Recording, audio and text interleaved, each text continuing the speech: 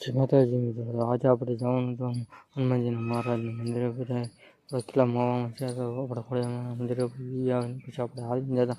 તમારા ભાઈની મોકાત નથી કે ગાડી લઈને જવાનું, એટલે આપણે હાલીને જતા. પછી આપણે રોકડિયા મહાદેવના મંદિરે પૂગી.